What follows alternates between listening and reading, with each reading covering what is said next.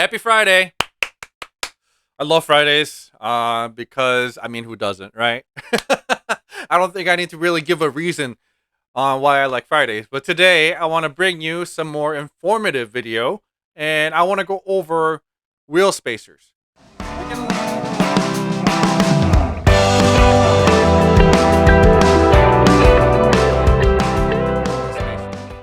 we get a lot of customers that are jumping into the modifying scene for the very first time, and they don't quite understand how offset works. They don't quite understand how wheel offset works, or wheel spacers work. And but they do know that they want the wheel to be flush with the fenders.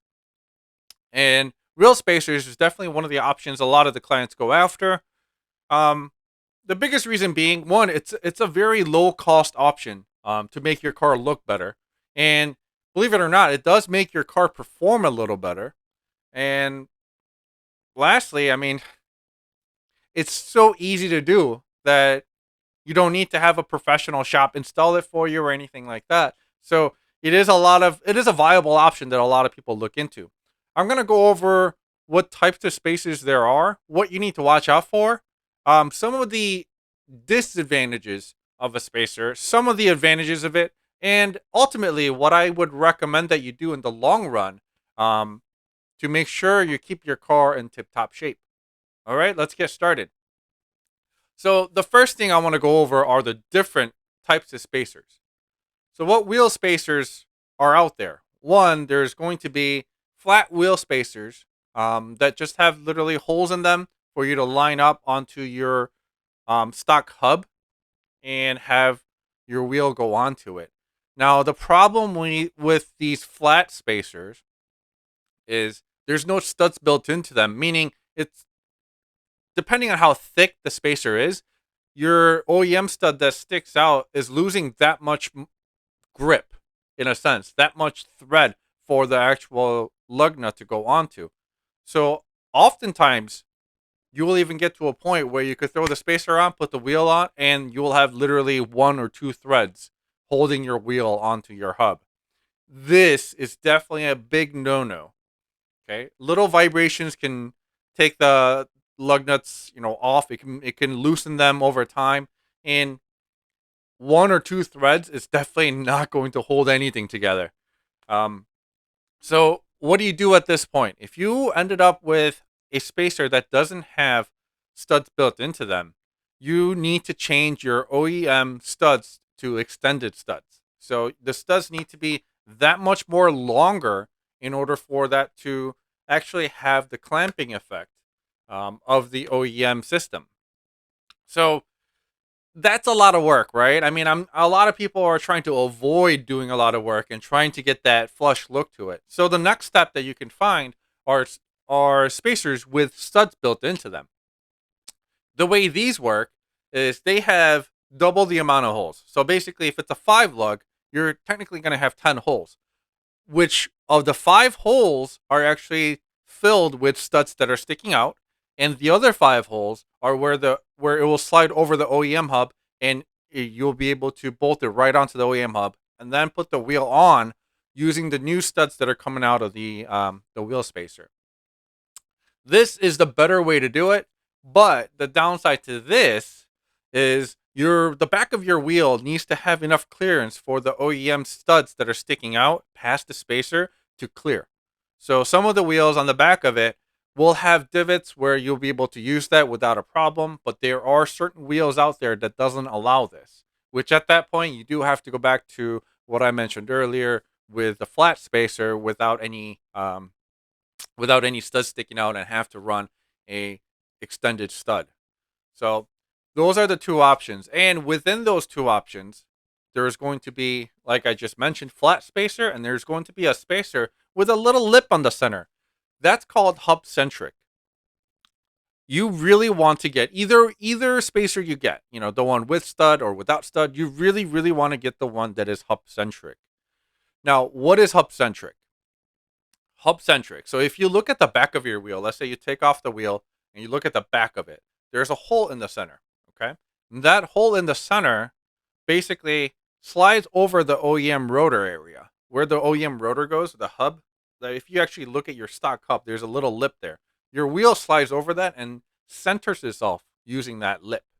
Now, when you get a hub centric spacer, it essentially takes that little lip and puts it onto the spacer, so it actually helps center the wheel as well onto the spacer, which then the spacer gets itself centered onto the OEM hub, making everything kosher, making everything as centered as possible.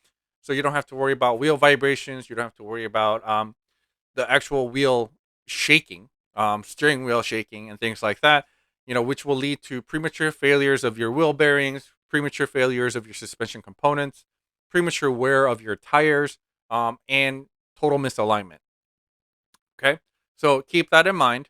The two different types of spacers I just talked about, and always look for a hub centric spacer. Now, the hub centric spacers, the little lips in the middle, will have to match what the wheel are, and also have to match what your stock hub is. So, at the end of the day, what you really want to do is make sure it matches your stock hub size. And then, if your wheel, once it matches your hub size, pretty much it will match the wheel. But if your wheel that you're running is aftermarket, and you're running the spacers to fill up the gap more, your wheel hub size might actually be bigger. They call it the bore size. The bore size might be bigger than the hub.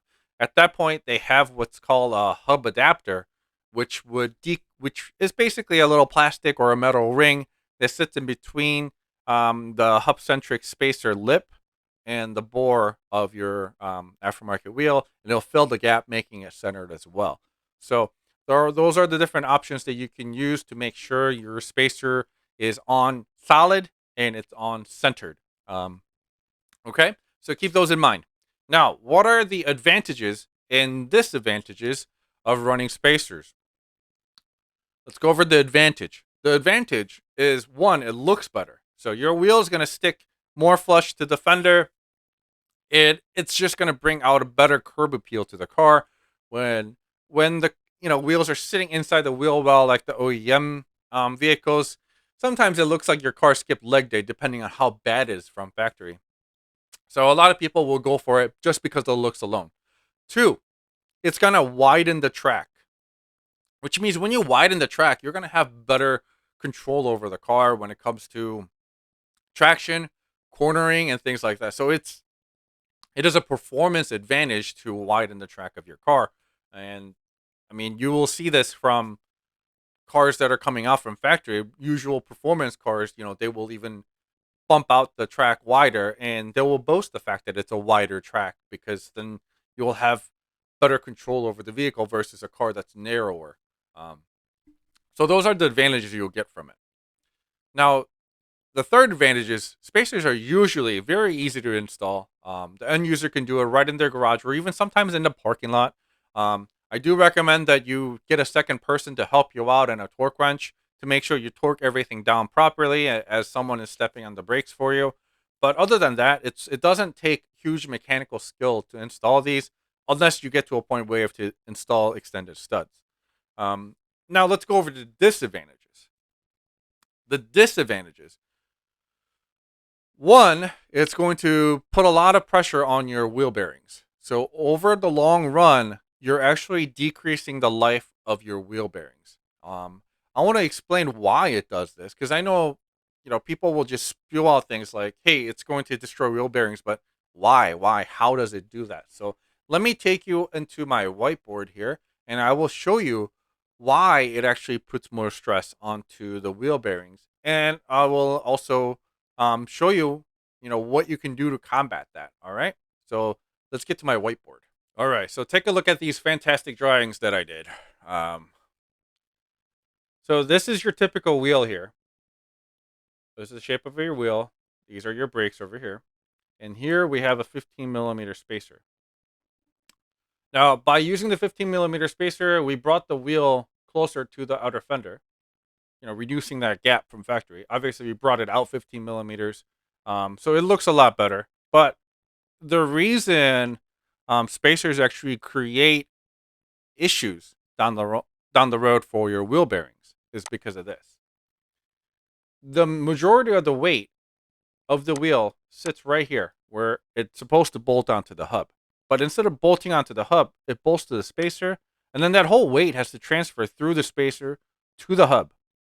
So this is where you're going to have extra stress on your wheel bearings. Now, if you were to go with a wheel that was properly offsetted, so if you're going from OEM wheel to an aftermarket wheel that's properly offsetted for the car, that's going to sit more flush with the fender, but don't have to run a spacer, your weight actually sits right here where it's meant to sit.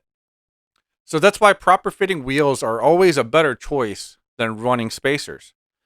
But keep in mind, this is all in the long run. It's not like overnight you're going to have issues with your wheel bearings, but you do eventually want to definitely upgrade to aftermarket wheels that fit better than to run spacers for a long time on stock wheels.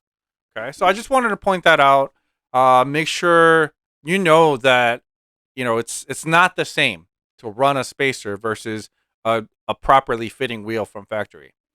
Um, Depending on the size of the spacer, if you go bigger, obviously you're going to have more stress put on to the wheel bearings in the long run.